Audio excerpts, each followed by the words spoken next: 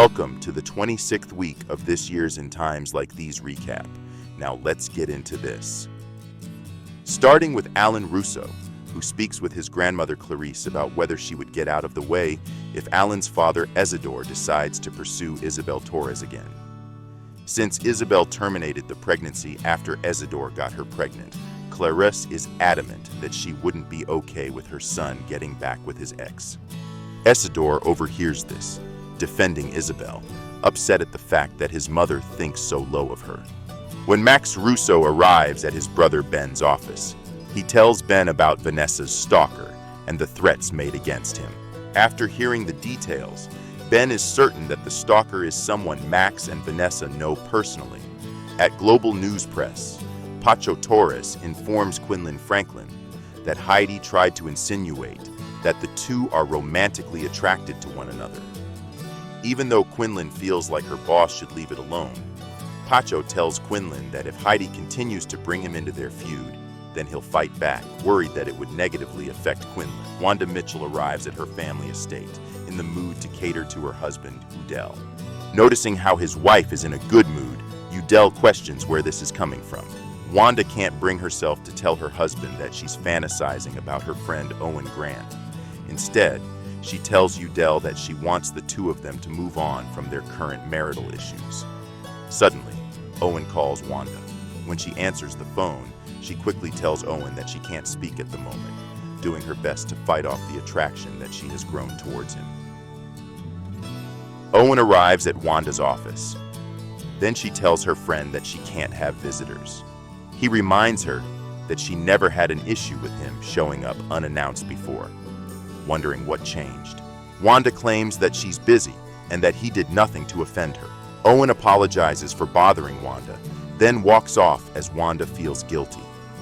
Arriving at Heidi's office, Quinlan asks Heidi why she's trying to drag Pacho into their issue. Heidi feels like Pacho brought himself into their mess. Then Quinlan warns the district attorney that her actions will only push Ben further away. Sensing Pacho's irritation, Viv asks him what's wrong. He goes on to inform Viv how Heidi Russo is trying to ruin his reputation. After hearing what Heidi insinuated, Viv suggests that Heidi get a taste of her own medicine. Viv suggests that Pacho ruin Heidi's reputation. When Pacho questions how he would do that, Viv advises that he gets Quinlan to admit to having an affair with Gianni and how it made Heidi go crazy. At Theodosius's palace, Isabel is annoyed when Isidore comes by to plead his case. Isidore tells Isabel that he'll never forgive himself for hurting her that way, explaining that he was only set on hurting Devante for taking Elvira's life and didn't see straight. Isabel questions why he didn't come clean once he did realize what he was doing. Isidore tells Isabel that he was scared of losing her completely. He goes on to tell Isabel that she must understand where he was coming from, since she hid the fact that she terminated the pregnancy when he got her pregnant. Offended, Isabel expresses how upset she is that Isidore decided to use that against her. He tries to assure Isabel that he's not trying to use it against her, reminding Isabel that not only did he forgive her, but understood why she made her choice, wishing that Isabel would forgive him for his mistakes. Isabel reminds Isidore that she forgave him time and time again when they were together, stating that she doesn't want to do that for the rest of her life. Isidore goes on to tell Isabel that he doesn't want to live the rest of his life without her, believing that she feels the same way too. When Isabel tells Isidore to leave, he tells Isabel that he'll always love her. At Theodosius' palace, Alan Russo hangs out with his mother Harley, blindsided by the fact that she invited her lover Finnegan Burke to build bridges. Alan is unwilling to do so, especially since Finnegan is infamous for being unfaithful. The two men go back and forth, causing Alan to storm off. Arriving at Mitchell Law, Owen asks Udell what he did to make Wanda decide to keep her distance. Udell is oblivious to what Owen is saying, suggesting that Owen must be at fault for whatever problem he has with Wanda.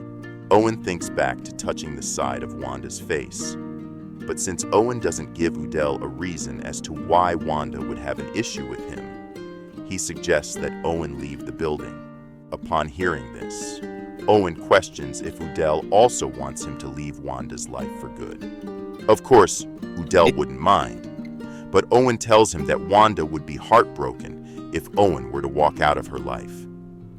At the Dorval estate, J.J. Dorval is shocked when Kiev Burke tells him that he's dating Yvette. Since Yvette has a bad reputation, J.J. worries for his friend. Even though Kiev knows his relationship with Yvette is fake, he takes offense to this, then walks out of the Dorval estate. As he's outside, he tells himself that he deserves to have Vanessa as his girl. At the mall, Max informs Vanessa that Ben agreed to help her uncover the identity of her stalker, and goes on to tell her that Ben believes the stalker is someone they both know personally. After going over mutual friends on social media, the two of them think of Kiev. Vanessa feels like Kiev has nothing to do with it.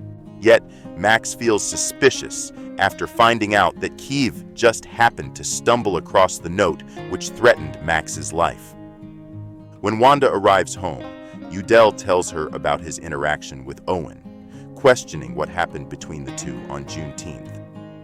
She only tells her husband that she suggested that Owen find new friends at the event, instead of telling Udell about her intimate moment with her friend. Since Owen seems demanding, Udell suggests that Wanda avoid him completely. Except, Wanda isn't willing to let Owen walk out of her life.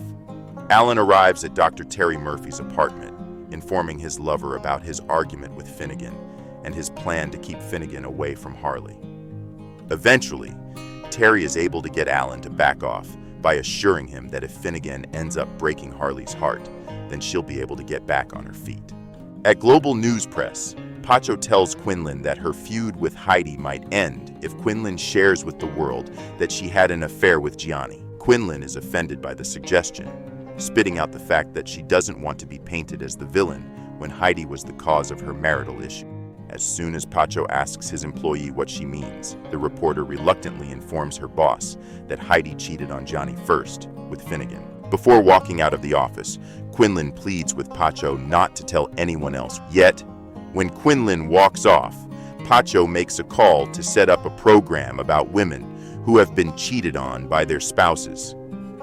In other words, he doesn't plan to keep this information to himself. Arriving at Ben's office, Max asks his older brother Ben to look into Kiev Burke. He goes on to inform Ben about a previous encounter with Kiev after Max's car was spray painted, and Kiev mocked Max to the point where Max pinned him against a locker and almost beat him up. Ben agrees to look into Kiev. When Max leaves the office, he's unaware that Kiev, who is wearing a mask and holding a knife, is approaching him. Can't get enough of the crazy world of In Times Like These. Then, treat yourself to a binge watch of In Times Like These. Don't forget to like, comment, share, and subscribe. You're not ready for what's to come, but tune in anyway.